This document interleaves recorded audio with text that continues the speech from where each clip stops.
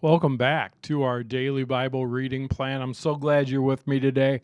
Today is September 3rd, Friday, September 3rd. We're going to be in Ecclesiastes 4, 5, and 6. We're going to be in 2 Corinthians 6:14 through 7:7, Psalm 47, and Proverbs 22:16 if you want to follow along. So we're going to start in Ecclesiastes chapter 4, verse 1. Again, I observed all the oppression that takes place under the sun. I saw the tears of the oppressed that with no one to comfort them. The oppressors have great power and their victims are helpless, so I concluded that the dead are better off than the living. But most fortunate of all are those who are not yet born, for they have not seen all the evil that's done under the sun. Then I observed that most people are motivated to success because they envy their neighbors. This, too, is meaningless, like chasing the wind. Fools fold their idle hands, leading them to ruin, and yet, better to have one handful with quietness than two handfuls with hard work and chasing the wind. I observed yet another example of something meaningless under the sun. This is the case of a man who's all alone, without a child or brother, yet who works hard to gain as much wealth as he can. But then he asks himself, who am I working for? Why am I giving up so much pleasure now? It's all so meaningless and depressing. Two people are better off than one, for they can help each other succeed.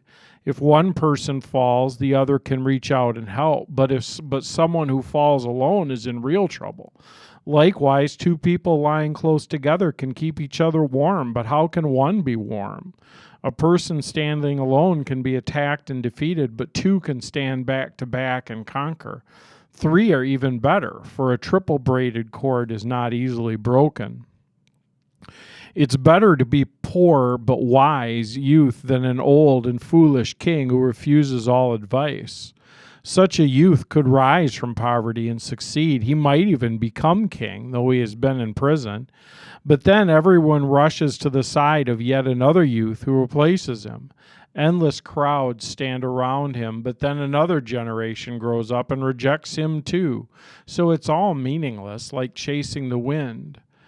As you enter the house of God, keep your ears open and your mouth shut.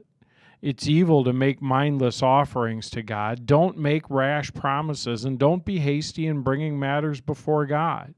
After all, God is in heaven and you're here on earth, so let your words be few. Too much activity gives you restless dreams. Too many words makes you a fool.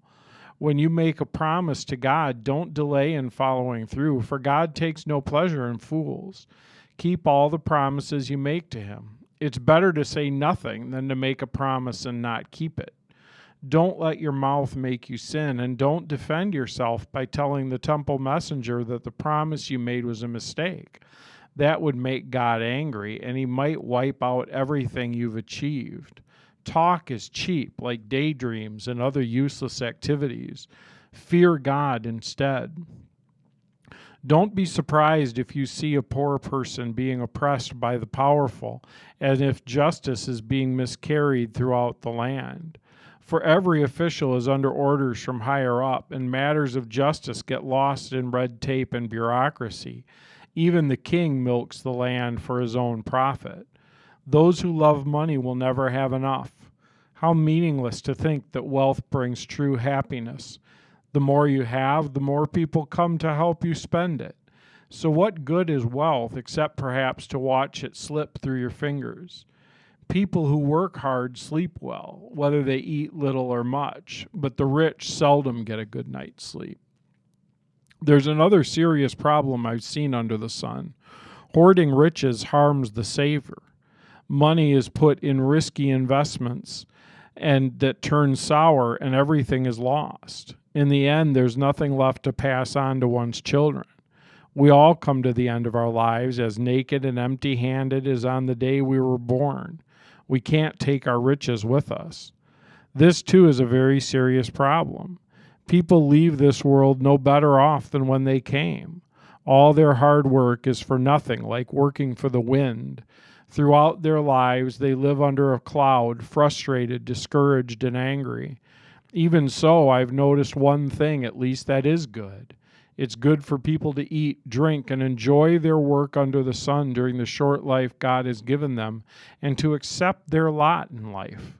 And it's a good thing to receive wealth from God and good health to enjoy it, to enjoy your work and to accept your lot in life. This indeed is a gift from God.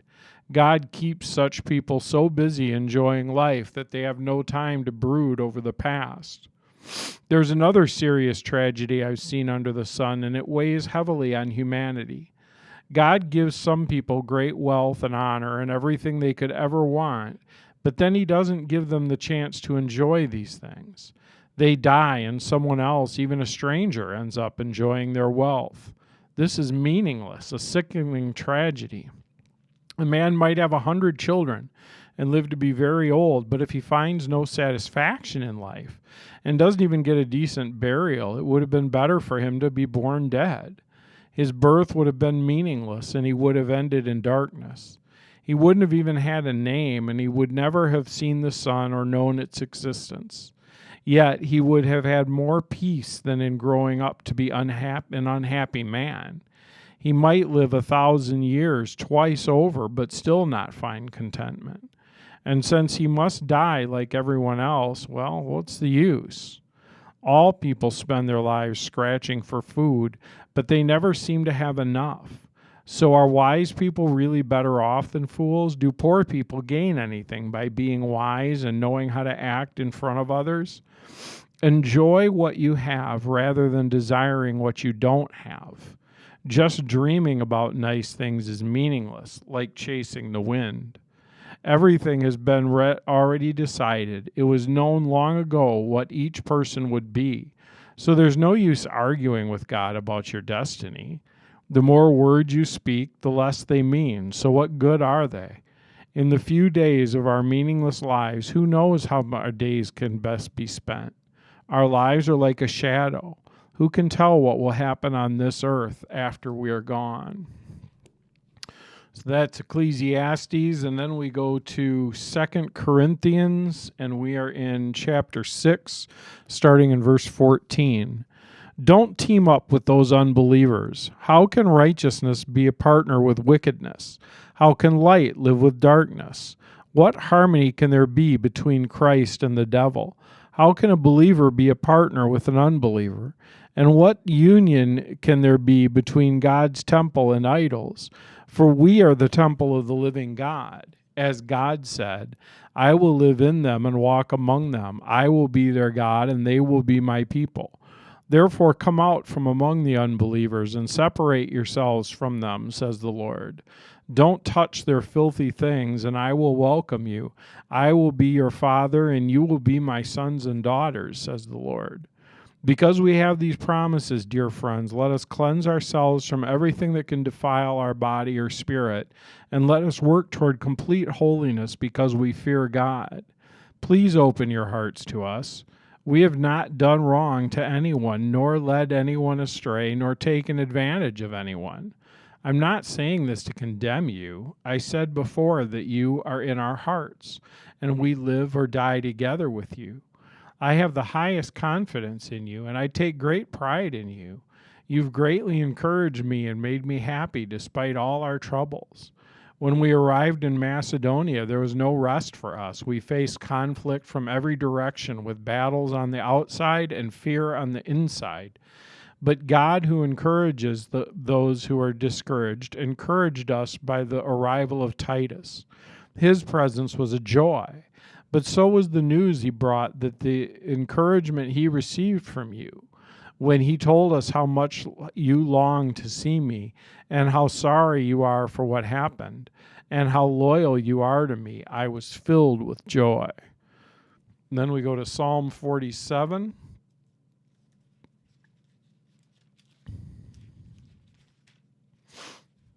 If I can turn there, we'll go to Psalm 47. Psalm 47. Come, everyone, clap your hands, shout to God with joyful praise. For the Lord Most High is awesome, and he is a great king of all the earth. He subdues the nations before us, putting our enemies beneath our feet. He chose the promised land as our inheritance, the proud possession of Jacob's descendants, whom he loves. God has ascended with a mighty shout. The Lord has ascended with trumpets blaring. Sing praises to God. Sing praises. Sing praises to our King. Sing praises. For God is the King over all the earth. Praise him with a psalm. God reigns above the nations, sitting on his holy throne.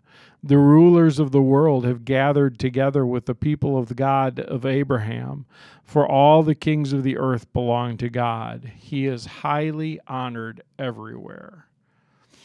And then we end with Proverbs chapter 22, verse 16.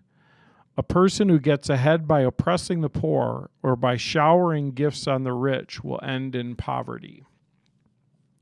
And today is September 3rd, so let's see what Oswald Chambers has to say today. Pouring out the water of satisfaction. It's from 2 Samuel 23, verse 16, where he says, he would not drink it, but poured it out to the Lord. If you are always keeping blessings to yourself and never learning to pour out anything, quote, to the Lord, other people will never have their vision of God expanded through you. It's a great thought that, God does bless us. He gives us things. He gives us abilities. He gives us himself. He involves himself in our lives. He wraps himself around us. He provides for us. There are times where he provides for us miraculously. And it's kind of interesting that biblically those things really aren't given just to us for us. They are given for us, but that we're always supposed to share, even if it's just sharing the story of what God did.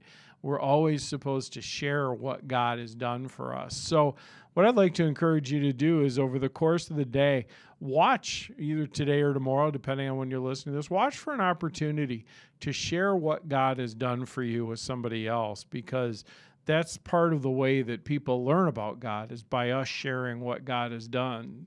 So open your heart up today and listen and watch and see where God would have you share something about him. Let's pray. Father, thank you for your word today. Thank you that you speak to us in it and through it. Lord, we are grateful that you love us and that you're with us and that you're for us. God, you don't want us, though, just to hoard what we get from you for ourselves. You want us to share with other people, whether it's money, time, or maybe just the story of what you're doing. So, Lord, help us to be willing to share what you have given us. In Jesus' name, amen. All right, we can cross off Friday, September 3rd, and I will see you again over the weekend. Have a great day.